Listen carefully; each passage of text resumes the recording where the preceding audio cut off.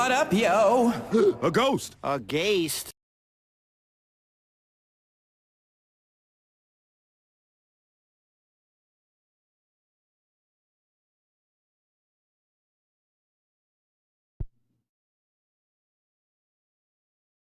The good thing I realized right at the beginning. Thought we had everything checked out, but we didn't. But I noticed it and I turned my soundboard on. Hello again. Welcome to another episode of the Power Up Podcast. Oh man, we're just starting off strong, aren't we? Well, for anyone who is enjoying the professionalism that is seen on this show, the show that takes a look at what's happening in pop culture, from like video games, movies, anime, all that fun stuff, with the goal of keeping ourselves sharp, up to date on what's happening. And then I just, give my 2 cents on the information we read. Got tons of different articles that we take a look at from various sources. And if you enjoy that sort of stuff, welcome on in. Feel free to leave a like and subscribe. That was a really terrible introduction, but whatever. But if you've seen the show before, you know how we roll. If you haven't seen it, that's what we do. We also have been doing game streaming. We've been playing Mega Man X4, which we recently beat, so we'll be starting up Mega Man X5 here shortly.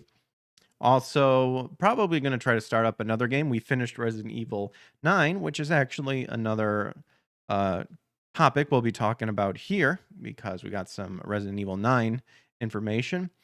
Got some English dubbing. We've got more news on Project Helix, the new Xbox console that's being worked on. So yeah, tons of different stuff. So strap on in and let's hop on into it, shall we? Very, very much butchered that introduction, but whatever. You know what? It's done. It's over with. We are here. Whatever. I'm not satisfied, but all the more reason. Just get better. But as I said, Resident Evil. Awesome game. I would highly recommend it to people who haven't played it yet. Check it out. Just finished it not too long ago. I would definitely say I find it very hard to give a game or anything really a 10 out of 10 because to me that's like perfection, like at its finest sort of thing. But Resident Evil is definitely a 9 out of 10 for me, for sure. And I think it's absolutely amazing. Check it out. With that being said, apparently Capcom has confirmed that Resident Evil Requiem will be having a story expansion and teases major plot twist. Comes from Video Game Chronicle. Capcom has confirmed that a major story expansion for Resident Evil Requiem is in development and teased a plot twist hinted at during the game's ending. So in a video posted on social media, director Koshi Nakanishi thanked players for supporting the game, which has now surpassed 5 million sales, likely the biggest launch ever for a Resident Evil game. Nakanishi confirmed that in addition to routine patches that address performance issues and bugs, the development team is planning to add new content to Requiem. So first, the much anticipated photo mode, the director said. On top of that, there's another surprising come around May. We're planning to add a mini game. The director then flicked through a series of papers containing what appears to be gags, such as a match 3 puzzle box, a poker mode. We're planning to make extra story content, Nakanishi said. In this story, we'll dive deeper in the world of Requiem. We're hard at work on it now. It will take some time, so we ask for your patience and hope you'll look forward to it. So there's the video here, like a minute 39. One image the director flicks through, however, shows protagonist Leon embracing a mysterious woman. This potentially refers a subtle plot twist at the end of Requiem. And spoilers to everybody here. I actually just read about this not too long ago. And I also learned something that I didn't put together, but I made a comment about it, how I would like to see it. But let's finish this article here. Where many players noticed Leon was wearing a wedding ring, sparking speculation around who his partner could be. While this is possibly another joke reference, it's possible that Requiem story content could explain who Leon is married to and explore what's happened in his life in the year since Resident Evil 6. VGC's Resident Evil Requiem review calls the game superb but safe, saying when taken in isolation, Requiem is fantastic and a genuine, brilliant entry into the mainline series. It's still straddling that line between fear and power, and while Grace may not have Leon's roundhouse kicks and one-liners, she can always fall back on the Requiem. I mean, for a limited amount, and then she gives it back, which is like, well, that defeats the point. But yeah, Requiem was awesome, and I was a hoarder, and I saved up all the bullets for Requiem for like that one boss I knew was going to be a bitch, and I was right, and we smoked him first time, whooped him good.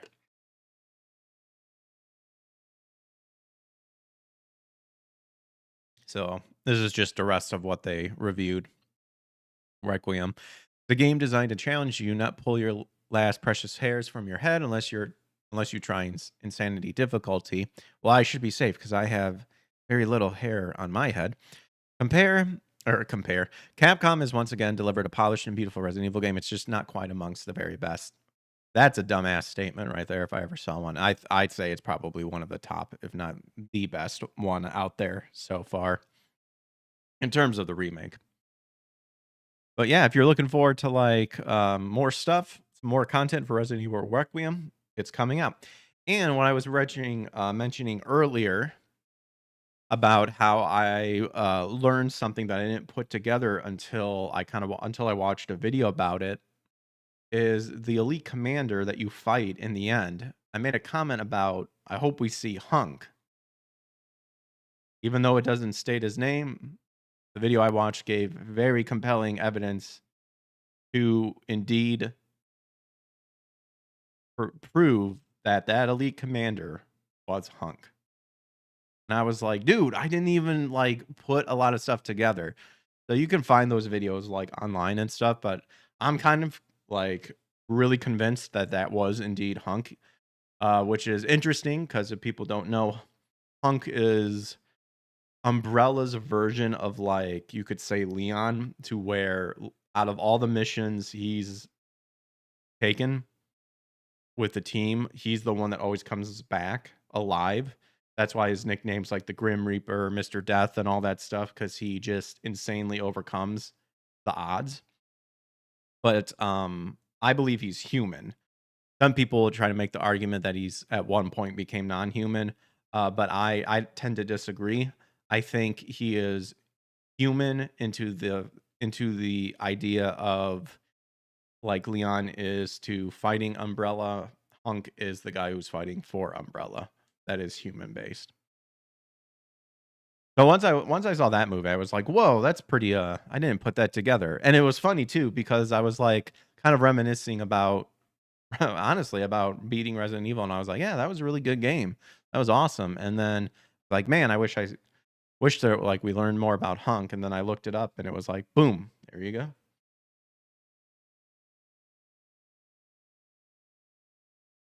You want some Nintendo Switch 2 news? Comes from Tech for Gamer here. And Nintendo reportedly selling Switch 2 at over $100 loss per unit in Japan. So the Nintendo Switch 2 was released back in June of 2025 and was an instant hit, and by November of 2025 it had already sold over 10 million units. Biggest sale region is Japan, makes sense, and the company wants its dominance to stay intact. But I guess a new report suggests that Nintendo is selling the Switch 2 at around $160 loss in Japan. So you say, wait, why did you say 160 down here? And then I guess you threw in over $100. Oh, okay. The region locked version is some more popular choice among the Japanese audience and is much cheaper than the international variant. Consoles are generally sold at somewhat of a loss initially, but Nintendo hasn't raised the price despite memory price skyrocketing. It is okay with taking a loss rather than compromising on sales. So according to Toyo Securities analyst Hideki Yasuda, the more affordable Japanese SKU is being sold at a loss of around 25,000 yen or $160. The company's revenue significantly increased, but it is lagging behind sales. So while it recorded a massive 99.3% year on year revenue growth, the Switch 2 Japanese sales were higher than the generated revenue. This is because those consoles are being sold at a loss by Nintendo. And this is kind of where I get a little lost and not really care about prices and like, oh, it's doing good, it's doing bad. I find myself hard to retain any interest in that, but I'm trying to broaden my horizons, as you know. So, as per his estimates, the Switch 2 takes about $400 to manufacture. This includes $300 worth of semiconductors and $80 worth of the rest of the parts. The retail price is less than that, which puts Nintendo in negative profitability. He notes that the profitability is deteriorating with every sale or console sale. Even then, Nintendo suggested that the price will remain stable despite the memory issue, or pretty much memory issue, memory prices. But it remains to be seen what the company eventually does. So there you go. So like, yeah, so it does sound like that even though a lot of it was like, oh, they're gonna do fine and stuff like that, they're starting to gaining a negative profitability, which is never good. Never good. And what would you think Nintendo would do in order to combat that? Well, according to a new website I kind of came across, game changing stories or Tech Radar. Apparently, Nintendo is demanding a refund for tariffs it paid in the U.S., but don't expect to see the refund passed on to you. So, following the Supreme Court striking down the Trump's administration's reciprocal tariffs introduced on a so-called Liberation Day, companies have already started to sue the government to get a refund on what they paid. That includes Nintendo, which is demanding, via its lawyers, its share of more than $200 billion in tariff on imports from nearly all countries the U.S. collected via Aftermath. Nintendo's not just asking for a full refund either, it's demanding interest too. Which is kind of funny because I was aware that they struck down what Trump did, but like a lot of people quickly pointed out that it's like he can still get the tariffs in other ways. And I think he's going to be switching to the other ways from what I was reading. So it's like, okay. But anything he does, it's bad according to the psychos out there. So it's like this is a win for them in their eyes. This makes it one of over 2,000 oh my gosh, similar lawsuits according to one law firm. A volume which see at this point it doesn't matter. Like this doesn't matter anymore. They've thrown everything at him and he cannot be stopped. Oh my gosh. It's like they have nothing left to do.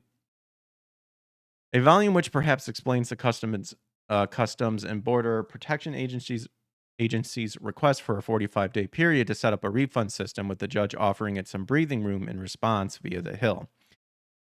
Doesn't want to take too long, however, as interest is acquiring every day, with estimates suggesting that interest adds around $650 million to the amount of the U.S. government owes each month. Unfortunately, even if tariff refunds are issued to companies, it's unclear whether these refunds would be passed on to us consumers in any way, though we doubt it. It will be difficult to judge exactly when and who tariffs impacted, as some stocks sold during the period would already have been in the country, and companies could also simply argue that they didn't pass increased costs to consumers. Manga says Trump tariffs are garbage. Well, I don't know. I'm indifferent. Not to say it won't happen, but be aware of potential scams taking advantage of the confusion. If you get an email or a call about how Nintendo or another company owes you a refund for the tariffs you paid, make sure to triple check whether it's legitimate before you click any links or share any details. Never say never, but high prices will almost certainly remain a trend in 2026.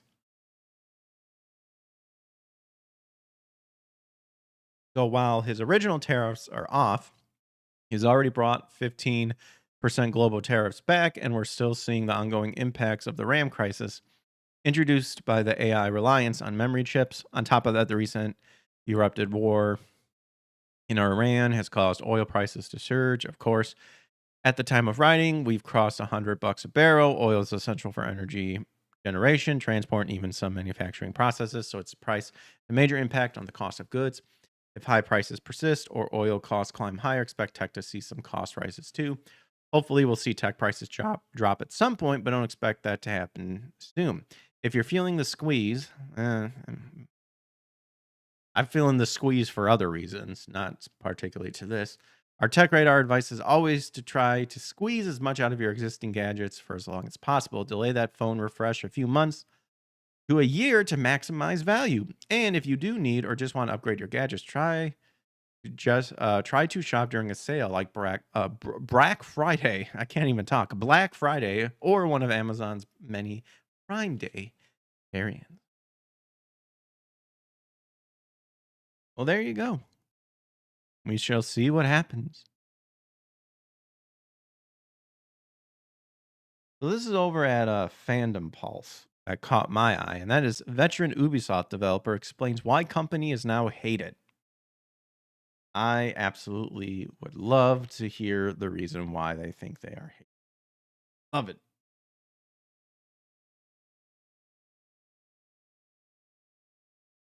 So an anonymous veteran developer from Ubisoft shared why he believes that the company is now hated not only by the public, but even within its own company. Ooh.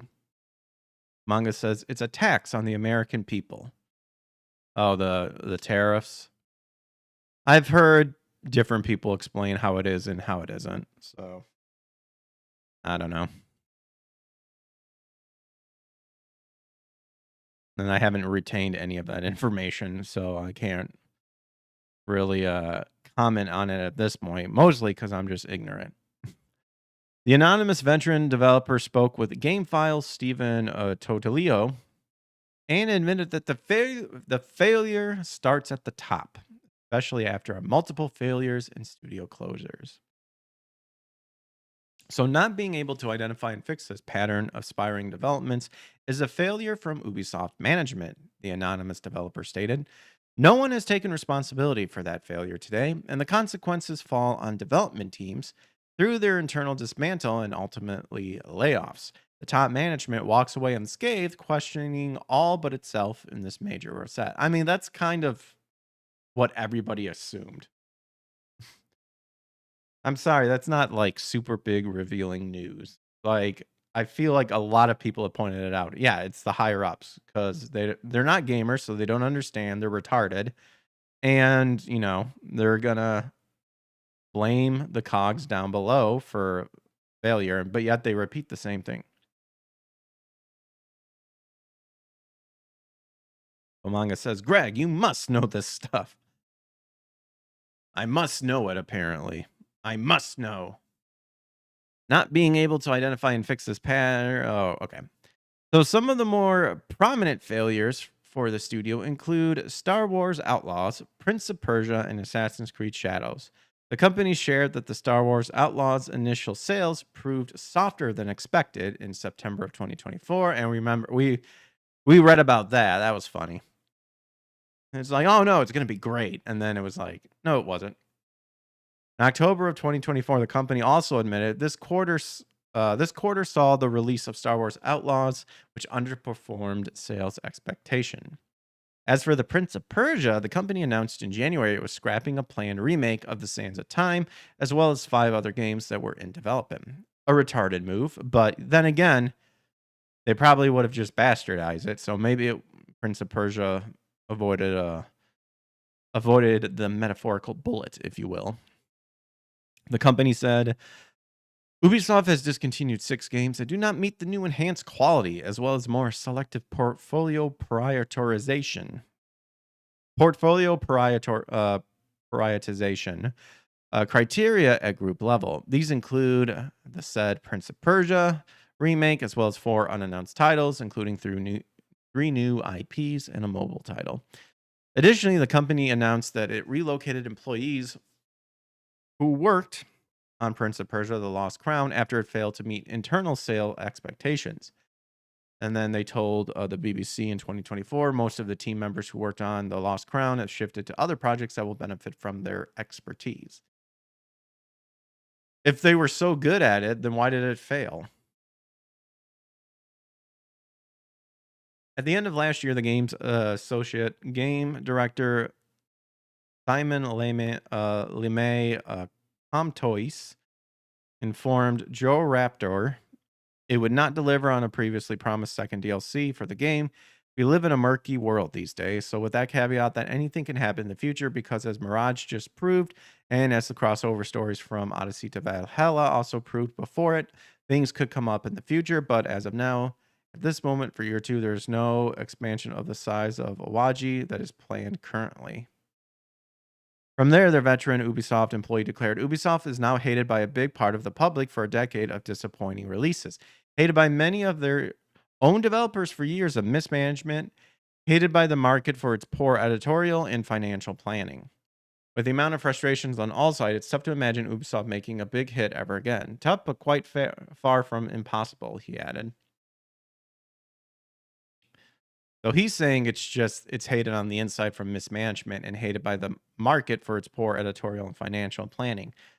I can agree with that, but I disagree with that. There is absolutely there is not one person employed by Ubisoft. I do not believe for a second that all of them agreed that like your Assassin's Creed Shadows with the Yasuke, the bullshit with Star Wars Outlaws. I do not believe for a second that no one has said like, yeah, this is a really shitty idea and we should not be doing it. I don't believe that for a second. And this guy just trying to pass it off that, oh yeah, they just hate the mismanagement and the poor editing and financial planning. Yeah, I don't believe that at all. All right. That was that. But what I find interesting is that indeed starting to get hated from the inside. That was me hiding a yawn, by the way. Oh, man.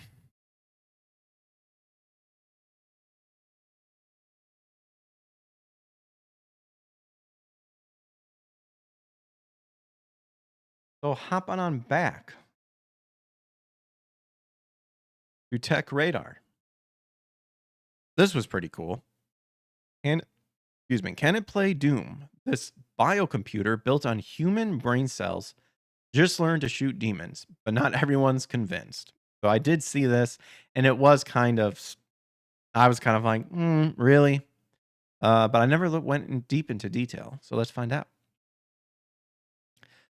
The living human brain cells are capable of playing Doom, and by that I mean a bunch of cells not inside a brain. Of course, that wouldn't be much of a revelation, but in a lab, though, there's still some debate about what the definition of actually playing a game is here.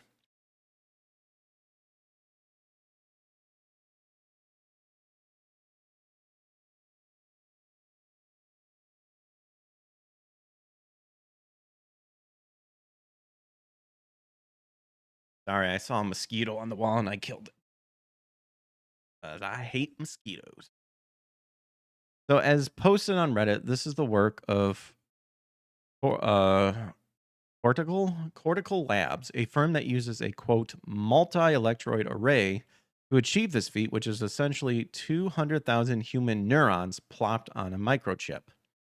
This is otherwise known as the CL1 biological computer, which is a high performance closed loop system where real neurons interact with software in real time.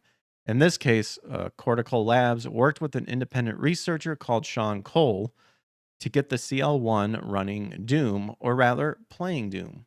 Well, sort of, and therein lies some of the controversy.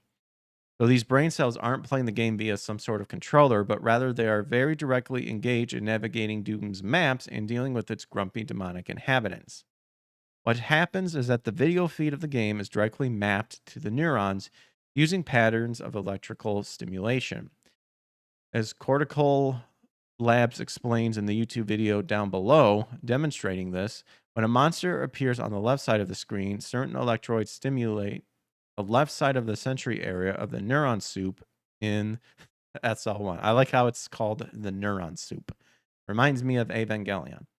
The neurons then react to the stimulation, and that cell activate or activity is interpreted as motor commands, meaning controlling the Doom guy, moving and shooting. 4 years ago, Cortical Labs ran a similar experiment with Pong, although Doom is obviously a lot more complicated. While this is fascinating, it's also a very abstract way of playing Doom. Theoretically, the brain cells are learning to play the game, albeit using a very direct interface, as noted. Cortical Labs explains in the video the CL1 is capable of finding enemies and shooting them in Doom or spinning around if getting hit from behind, but it plays the game badly. If you watch the footage, there's quite a lot of bumbling around and shooting at walls. As Cortical Labs put it, the cells play a lot like a beginner who's never seen a computer, adding, in all fairness, they haven't. It makes it all look pretty random, which is why some of the detractors on Reddit aren't so impressed with the demo, especially saying that we have no proof that the neuron soup is actually honing its skills or gaining a quote understanding of some sort of some sort about the game. Sure, it's reacting, they argue, but is it actually reacting or learning in any meaningful way? I'm agreeing with these detractors. I mean, I wouldn't be surprised. The Bible says nothing new's under the sun. So this sort of stuff I'm sure has been done long ago with some technology that we've lost. It's slowly being reintroduced back to us.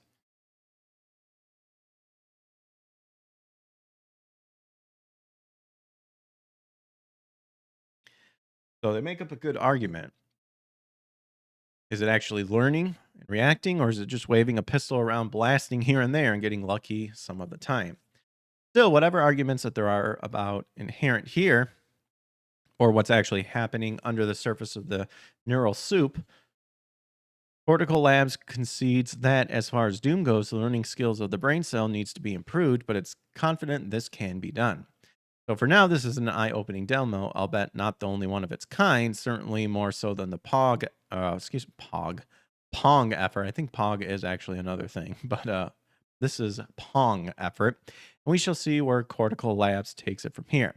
We saw last year the company's grand vision is to allow cloud access to its CL1 biological computers. You can run a CL1 for $300 per week via Cortical Labs. Wetware is a Surface offering, or buy one for $35,000. Why would you want to buy why would you? I don't get this. Why would you want to buy one? What's the point? Now rent a human brain cells on a silicon chip for 7 days for less than a Nintendo Switch. Okay, but what do you do with it? Just study the brain? I don't know. The device consumes less power. Okay. And the new model increases input channels, improves signal latency, and includes hardware enhancement to make it more suitable. Yeah, just for research and potential commercial applications. Okay, whatever. Wait, what was that? It also been used to restore learning function in neural cultures modeling epilepsy. Trying to fix epilepsy? That'd be pretty cool. But there you go. Maybe it's playing Doom. Maybe it's not. Back to tech for gamers. We are now on more Project Helix news. And the Xbox Project Helix leak points to 32 gigabyte RAM for console mode and 24 gigabytes for Windows PC mode. For those of you that may not know, the selling point, and what I would probably say is probably the major selling point, in my opinion, that Project Helix is claiming to not only play your Xbox games, but your PC games as well. Now, I'm still curious if that means when they say play your PC games, if it's just through Steam, or can it be Steam, Valve, GOG, or stuff you just actually can just install right on your system? That's what I'm curious about. So Microsoft officially confirmed the next generation console as Project Helix recently, and more leaks have now surfaced regarding the hardware. The system aims to merge both PC and console gaming, and this leak shows a small glimpse of how this will be done. It also shows that the console will function with different memory depending on which mode is being used. So it will ship with 32 gigabytes of memory in total.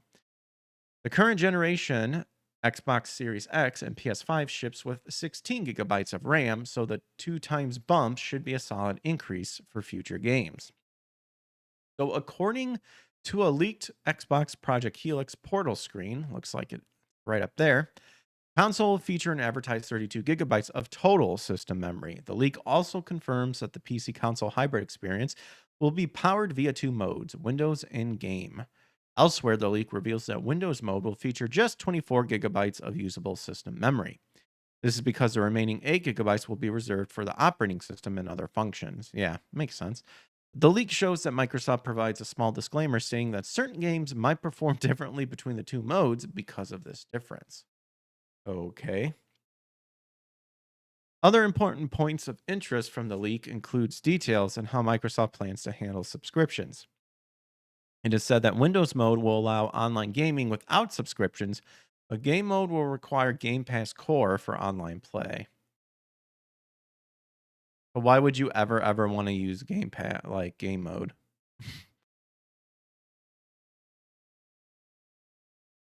I feel people would just buy it because they'll just be like, I'm just gonna play Windows mode, and since a lot of games are becoming like cross-platform, you're literally playing online for free. I have a feeling this may not stay the same. Personally, there's no way Xbox would give up making people pay for a subscription. All of this is very interesting and shows how Xbox could be on track to release its most unique hardware yet. Still, because this leak comes from it came from 4chan. Hmm. We recommend taking this information with a grain of salt until further confirmation. Maybe you should have put that information like up top, like in your story highlights. There, tech for gamers. That's funny. Just goes to show that like this is my first time like reacting to these. So you're getting full transparency from me. I very rarely do I like pre-read anything, and by pre-read, like I just scan through it really quickly without even retaining any information. So these details become even more intrigued after considering the fact that the PS6 is said to feature 24 gigabytes of RAM. Therefore, Xbox Project Helix should be able to comfortably match or outdo the PS6 in this department. In general, Microsoft's console is expected to be more capable in the hardware department.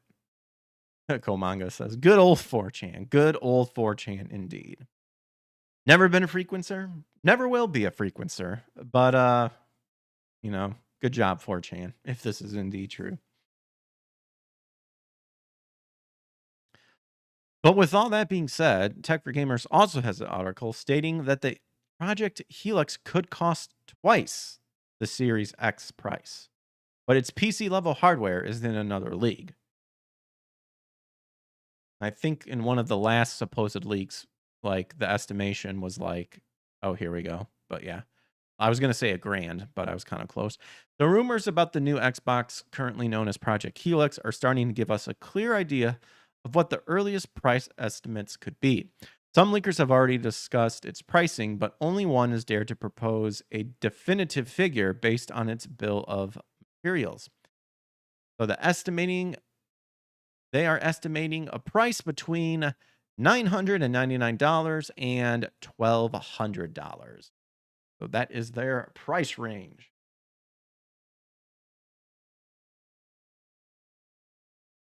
That the leakers are guessing. Sorry, I chewed on a bit of ice there. With this price range, you may wonder if that really makes sense. But it is not your traditional console. Oh, no, no, no. It's essentially a PC designed to behave like a console, combining the flexibility and power of a gaming computer with the simplicity of a living room gaming system. Not a bad concept, but you could literally build a computer like this. At this price, though, I mean, I possibly, if you look the right way, I feel like the average gaming PC that just is rocking still costs like $2,000 minimum, in my opinion. But I don't know. Maybe I'm not looking at the right places. First, to understand where these prices comes from, we must first examine the bill of materials, which is the cost of the components that make up the device, as well as the concept proposed by Microsoft, because the Helix design appears to move away from the traditional console concept and closer to that of a gaming PC optimized for the living room. It is, in a sense, their response to Steam Machine aimed to compete with Valve. The graphics block built into the system or SoC, developed in collaboration with AMD, would be the most expensive component since everything points to a GPU based on the RDNA 5 architecture, which would share technology with the successor to the Radeon RX 9070 XT. Sony is doing the same with the PS6, a hybrid of both architectures. If we look at the PC market, a graphics card of each a level would cost between $50 and $600, implying that the graphics component alone would account for a significant amount of the entire cost of project. Is that what I think it is? Heard. It is indeed. Man, it's always around 8:30. I get that notification from work. Oh, that's funny. Anyway,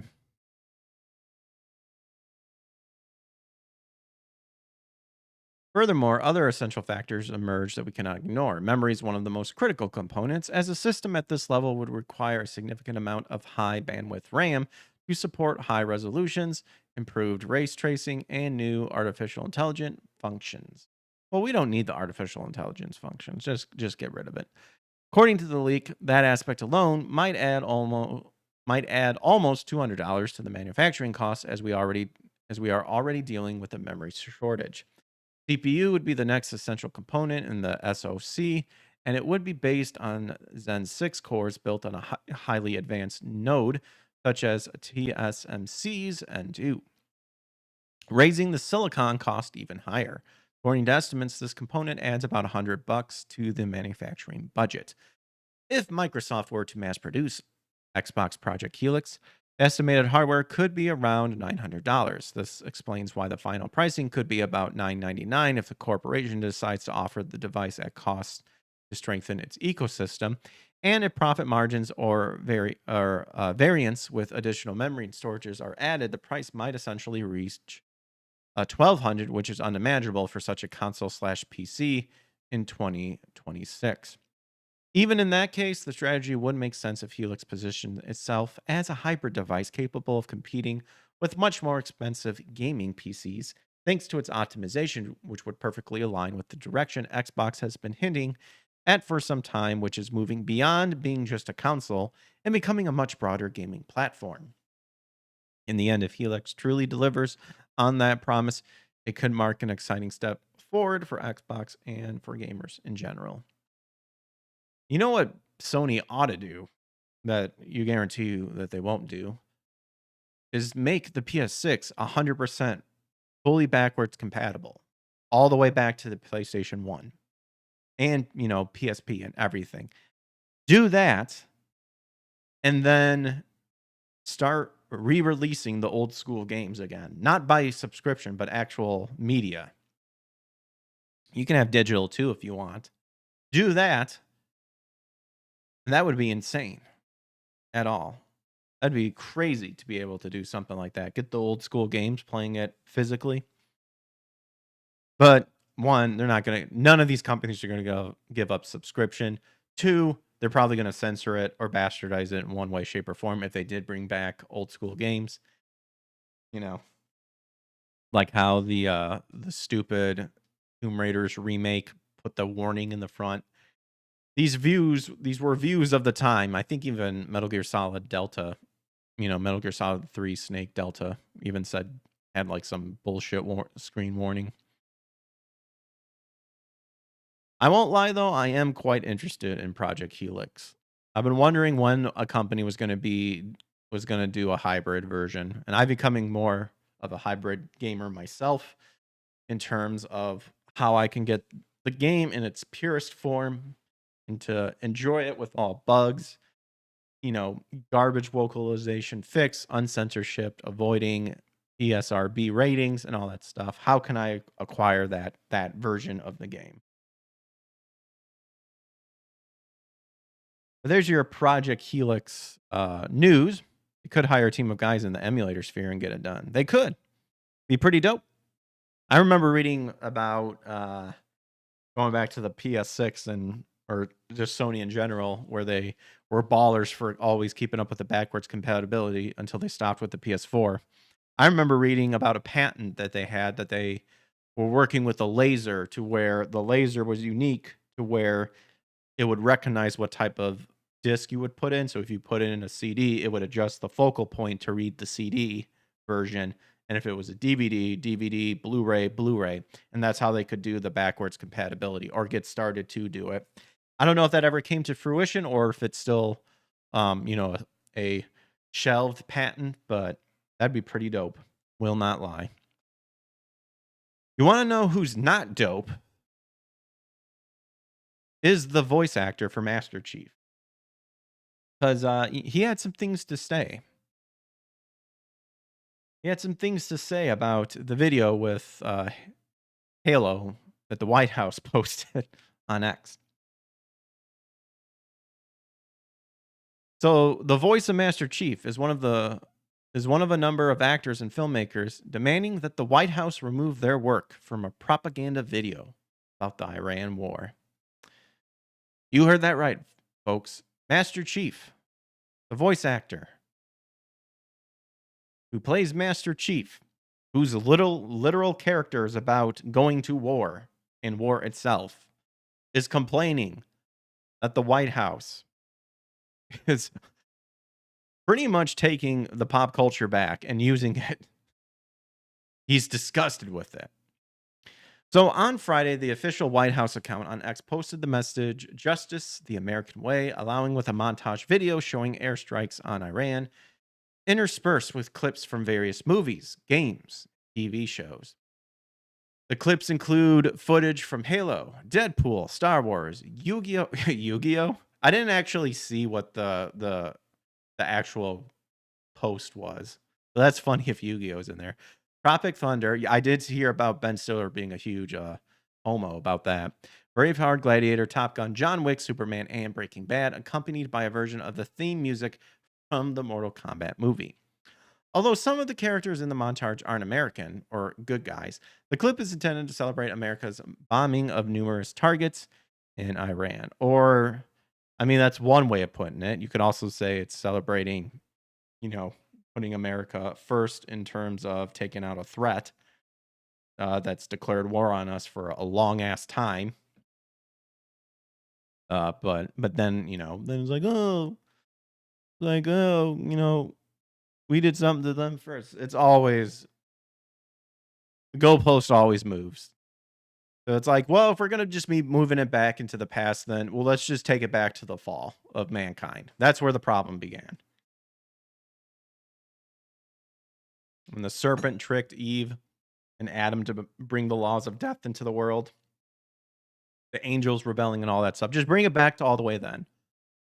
Anyway, the video has provoked angry responses from a number of the people involved in the clips, including Steve Downs, whose response to this does match up to his last name. He has a little bit of the Downs in that he is absolutely retarded and having to comment at all about it.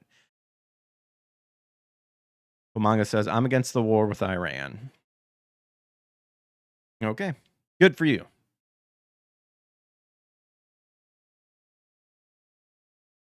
The montage includes, or the video has provoked. Okay, lost my place.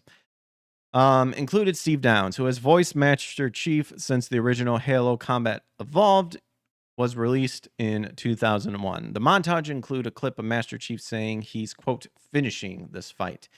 And Downs took to X on Sunday to state that he had nothing to do with the video and wants his voice to be removed from it. It has come to my attention that there is at least one propaganda video circulating that was either produced or at the very least endorsed by the White House that uses images of Master Chief and uses my voice to support the war in Iran, Downs wrote. Let me make this crystal clear. I did not participate in, nor was I consulted, nor do I endorse the use of my voice in this video or the message it conveys. I demand that the producer of this disgusting and juvenile war porn remove my voice immediately. Again, the irony being that Master Chief is literally the embodiment of war. You have that, so it's like you're upset on Master Chief being used into something you disagree with, when in the context of the game he is like war pretty much. So there's that. Number 2, I'm tired of these people thinking that people are retarded enough to assume that because they see Master Chief, that the person who voices Master Chief automatically just supports it. These people are so paranoid that their image somehow gets twisted into the pop culture. It's ridiculous. Now, keep in mind, whenever their side does this sort of stuff, thumbs up. It's the best thing in the world. It's what it was really all about this time. But when the other side does it, it's terrible. It's horrible. I'm sorry, Steve Downs, but no one is retarded enough to put to when they go, oh my goodness, I see Master Chief inside of a propaganda video. And then immediately go to who voiced that person, what he believes in stuff. I'm sorry, no one is that fucking retarded. And really, the people who are the biggest retards are the people like Steve Downs here who think that way. Because the average person honestly doesn't give a shit and does not have any sort of inclination to go and see, like, oh, I guess if Master Chief does it, then I guess Steve Downs approves of it as well. No one thinks like that. In fact, I would say that the people who do think like that are indeed the people on a certain side who, as we've seen throughout many of the times with their actions and their takes, don't exist in reality. Down's statement joined similar messages from other people whose clips were featured in the montage, including Tropic Thunder director Ben Stiller, who wrote, "Hey, White House, please remove the Tropic Thunder clip. We never gave you permission, have no interest in being a part of your propaganda machine. War is not a movie." And yet he went to visit, I believe, Netanyahu, or not Netanyahu, the guy. That's who a lot of people are pissed off about. That's the whole Israel rabbit hole thing. Whatever, Zelensky from the Ukraine. Yeah, when there's a picture of him going there and visiting, shut the fuck up. Dude, all these people are actors and voice actresses. No one gives a shit about your political opinion. No one even asked for your political opinion. Oh my gosh. Some people are going to take the stuff that you worked on and do things with it. I'm sorry, that's just the way the internet is.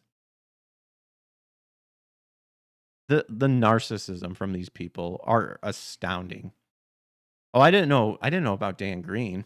He voices Yugi, whose Yu-Gi-Oh character Yugi Mutayo is also in the video, saying now end this. Also condemned the video, saying Yu-Gi-Oh creator Kazuki Takahashi, who drowned trying to rescue 3 people from a rip current, didn't believe in hurting others.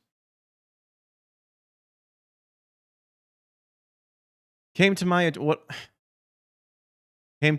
that the White House used my voice to encourage violence in Iran.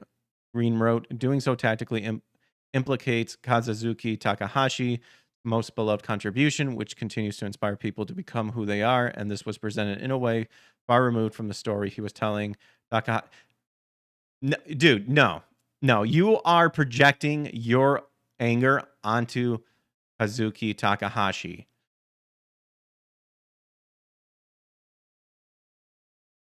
Takahashi died saving others. Yu-Gi-Oh is universal, not political. It's disrespectful to present in any other way. There's going to be people out there that are going to make the arguments that that attacking Iran was necessary in order to save people. Gosh, that's what I'm ultimately pissed off about. I've met Dan too, but I'm not surprised. All of these people are liberals, so I'm not surprised at all to see comments like this. The Nintendo DS collector says he is a great actor.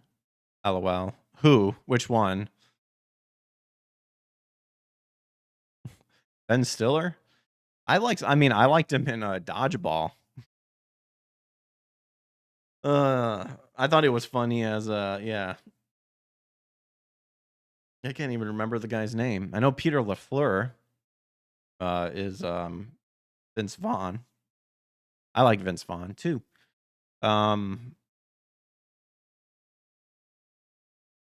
Something Goodman. Oh, that's gonna bother me now. Dodgeball, the movie.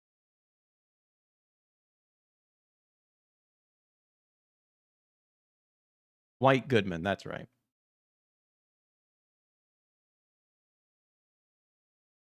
Zelensky. Zelensky's a great actor. Is that what you were referring to?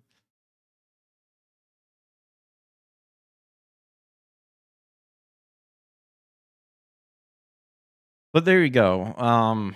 Yeah, I knew about Ben Stiller. I knew about the Master Chief voice. I didn't know about Dan Green. I've literally unfollowed pretty much the voice actors I followed in the past, just because after having a taste, a very, very little taste of the industry, and seeing how the industry operates from the inside, from the outside, with knowing people who manage to start doing well in the industry and then get canceled, I'm not surprised at all at this stuff.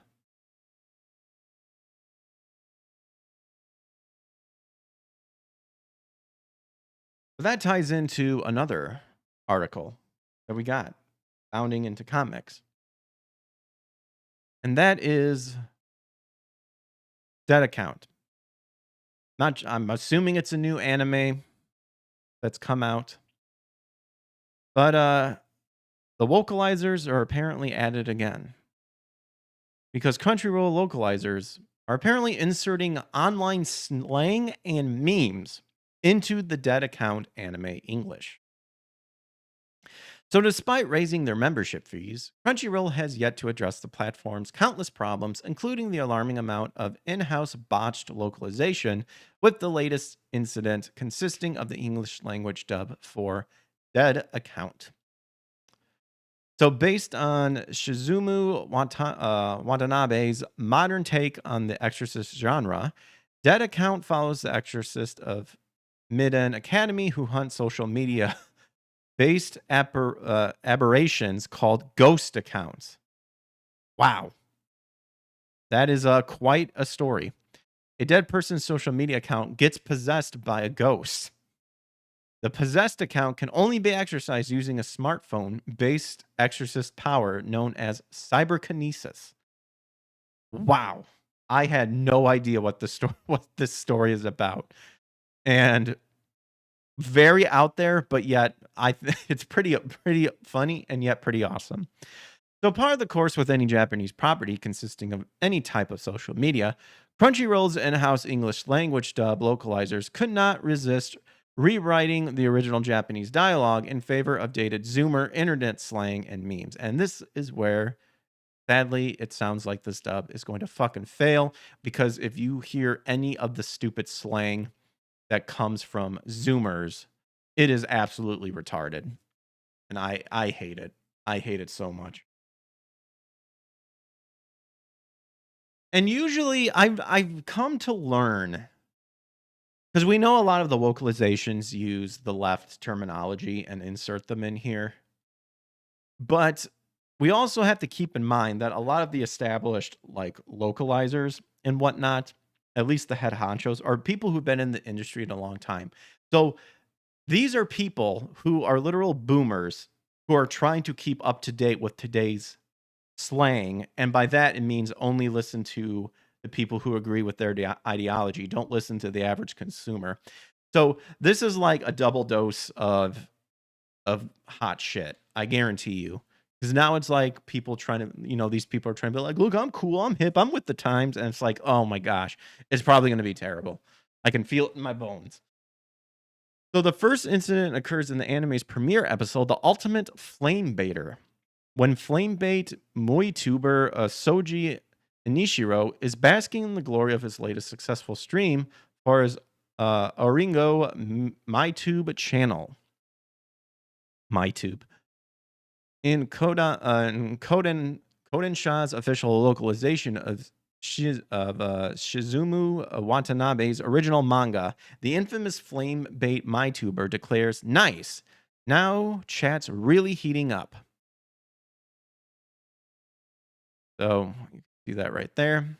Crunchyroll's in-house English language subtitles are roughly consistent with Watanabe's dialogue, which include lines like "lots of rage burning here."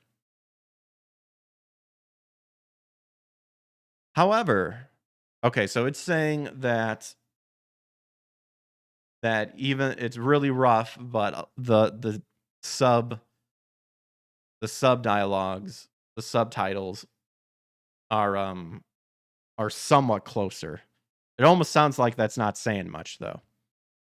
However, the local the localizers for Crunchyroll's separate in-house English language dub took creative liberties by replacing the flame-related dialogue in favor of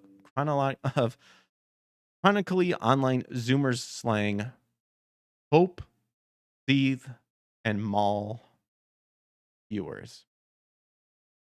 I've heard of cope and seethe. What the fuck is maul?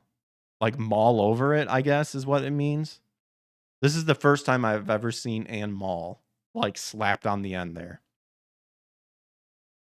Dear Lord. The next incident occurs 1 month following the aforementioned stream after MyTube taking down Shoji's Oringo's channel. Among the rumors surrounding MyTube's decision include a passerby who wonders if Oringo was abducted by the mysterious Maiden Academy that has been rumored to use torture techniques to reform smartphones addicted kids. Wow. I don't want to check out this story because, man, they are going hard on it. In addition, those who walk through Maiden's doors are never heard from again. In Kodensha's official localization, okay, they don't need to keep repeating like that. They could probably shorten that sentence. So, okay, so the passerbuyer's companion response, "That's just an urban legend, dude." So, yeah, there it is. That's just an urban legend, dude. So Crunchyroll's in-house localization for the anime's language subtitles are consistent with the manga. That's got to be an urban legend. Not bad. The streaming platform in-house. Sounds like bad creepy pasta.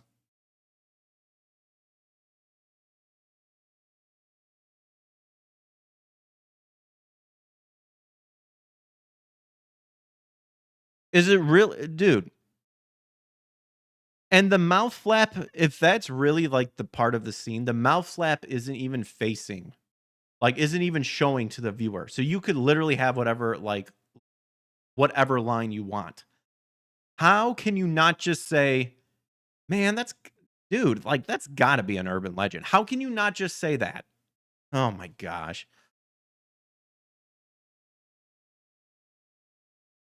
Oh man, this article is going hard in terms of like breaking everything down. The next incident occurs in episode 4. During the tail end of Soji's first team up mission to clear out cyber ghost haunting pig camera story with fellow Maiden Academy exorcist Kakuru Kasabata and Kiyomi Urasugawa. On the final floor of the building, the trio encountered an unexpected cursed mid-level ghost account, Hiraka-chan. And attempting to capture it with her slime, the ghost account breaks out and reaches out to capture Urasugawa in Crunchyroll's in-house localization for the English subtitles. So it screeches, "So photogenic." Oh my gosh, the anime streaming, the dub replaces it with "OMG girls slay."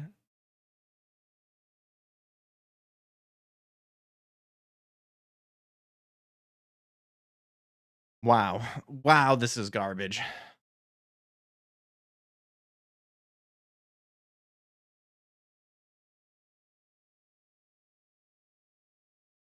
And it just keeps going. My gosh.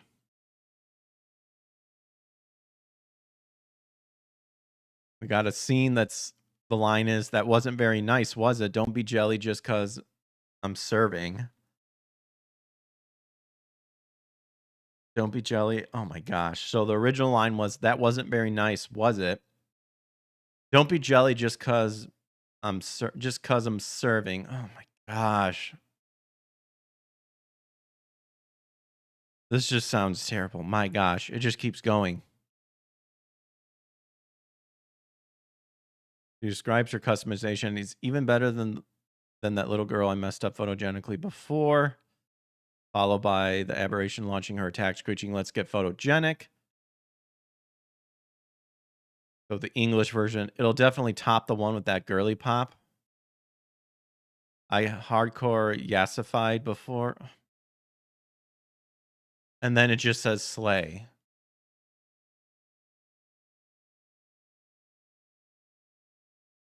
This is insulting because it's telling Japanese people they're not up to date with like the slang, in my opinion. This is getting to the point where it's like you guys aren't down with like what we talk about over here. So we have to like bring you guys up to date and stuff.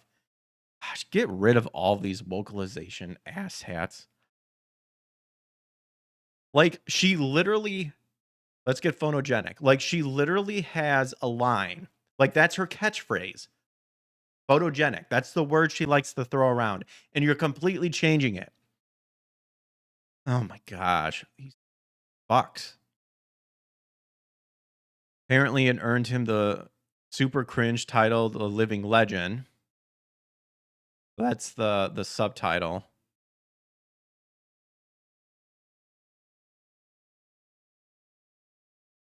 So yeah, like even the in-house subtitles are a tad bit different because it's showing like you got your manga panel, the in and then the dub is like Living Legend, which is super cringe if you know the guy. Wow. That I think this one was like, don't be jelly just cause I'm serving. That had to be, gosh. Well, there you go. They've bastardized the English dub. Oh man, I just wish we had a good reset. But we're not gonna end on that like we're not gonna end on that cringy uh dialogue there. I just thought this was funny. Apparently, Jay and Silent Bob's Chronic Blunt Punch finally launches. So, over 10 years since its crowdfunding, Jay and Silent Bob's Chronic Blunt Punch finally set to launch this spring. Set to launch across Windows PC, Xbox Series XS, Switch, PS4, and PS5 on April 10th. And then here's a rundown of the game. But let's just take a gander at the video.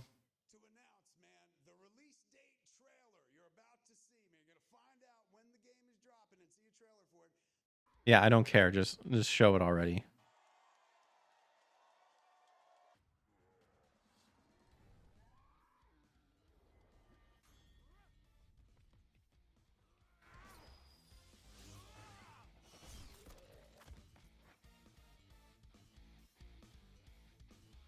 I mean, I do like me my beat 'em ups.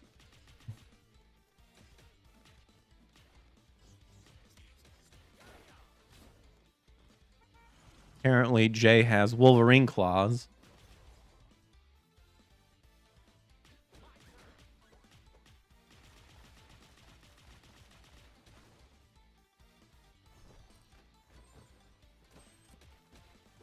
Okay. They really censor that? Wow. I wonder if they have Randall's there, everybody. I wonder if they'll have like certain people from the different movies. Like what if like the Fallen Angels, like, you know, Matt Damon and Ben Affleck are in there? That'd be pretty funny.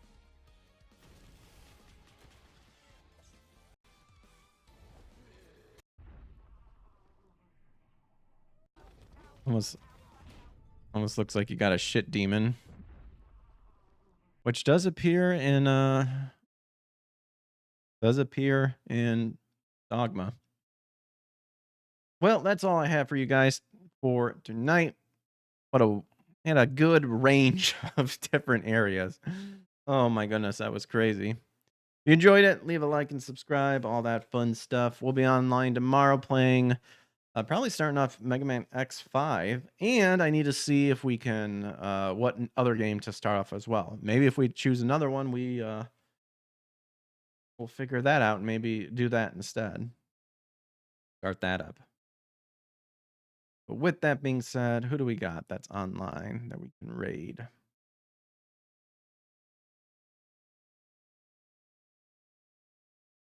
Our friend Tiny Panda Face online. We'll raid her. And then over on the YouTubes, Tuesday. I feel like a lot of people don't watch on.